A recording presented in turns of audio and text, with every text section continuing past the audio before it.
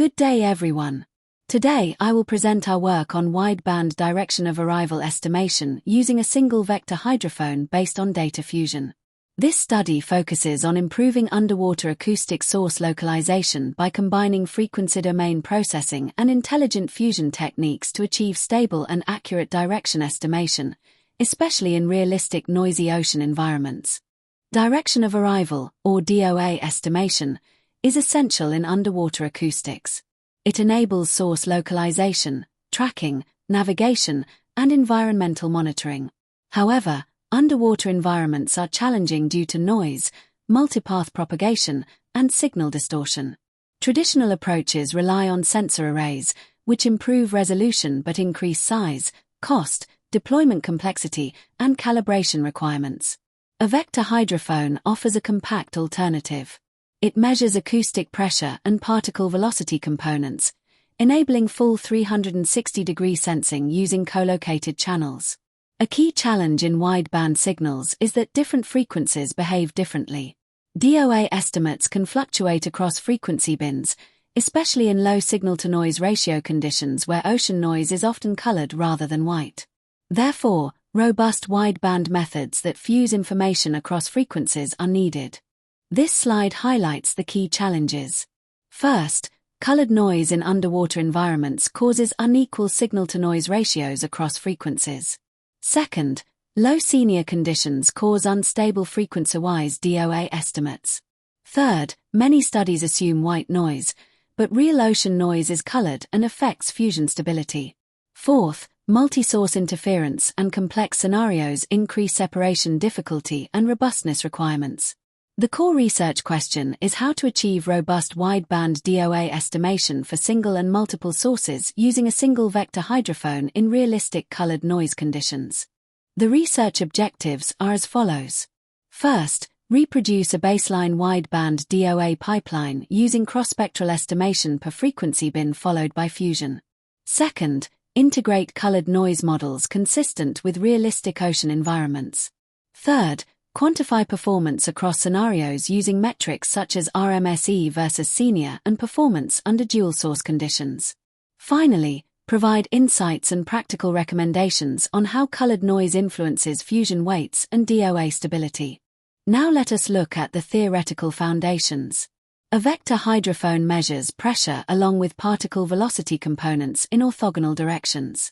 These co-located channels encode directional information in a single sensor. Short-time Fourier transform processing divides the signal into time windows and converts it into the frequency domain.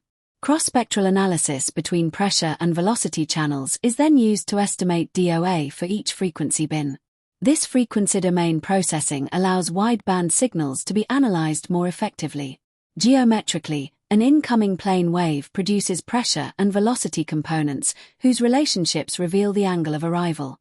This slide explains the methodology workflow. First, a wideband acoustic signal with noise is generated. Second, the vector hydrophone channels are obtained. Third, STFT and cross-power spectral density are computed. Fourth, DOA is estimated for each frequency bin. Finally, frequency bin fusion produces a stable wideband DOA estimate. Two fusion approaches are compared. The weighted histogram algorithm assigns weights based on cross-spectral intensity and selects the dominant direction.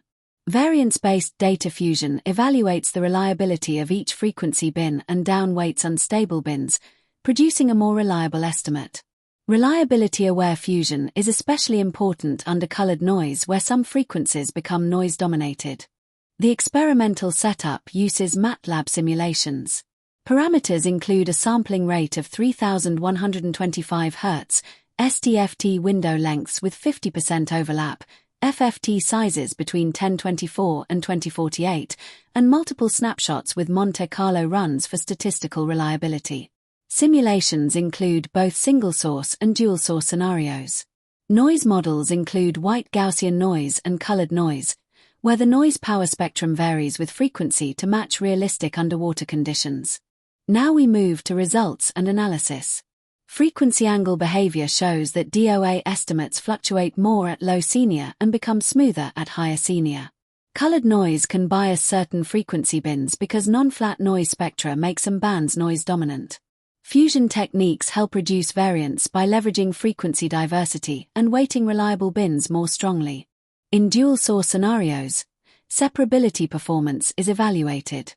Variance-based data fusion produces clearer and more accurate peaks, allowing better separation of two sources even at low senior. Weighted histogram methods may degrade under overlap or noise-dominated bins. This demonstrates the importance of reliability-based weighting in complex environments. In conclusion, variance-based data fusion is more accurate and stable than weighted histogram fusion. It downweights unreliable frequency bins and improves robustness across varying senior conditions. Colored noise increases estimation error, but reliability-aware fusion significantly mitigates its impact. Frequency-aware weighting combined with sufficient snapshots is critical for stable DOA estimation. Future work includes real-C validation and sensor calibration, adaptive fusion methods that adjust weights in real time, improved bin selection strategies, and advanced techniques such as deep learning-based DOA estimation and multi-sensor fusion. These improvements can support practical deployment in underwater navigation, environmental monitoring, and autonomous underwater vehicles. Thank you.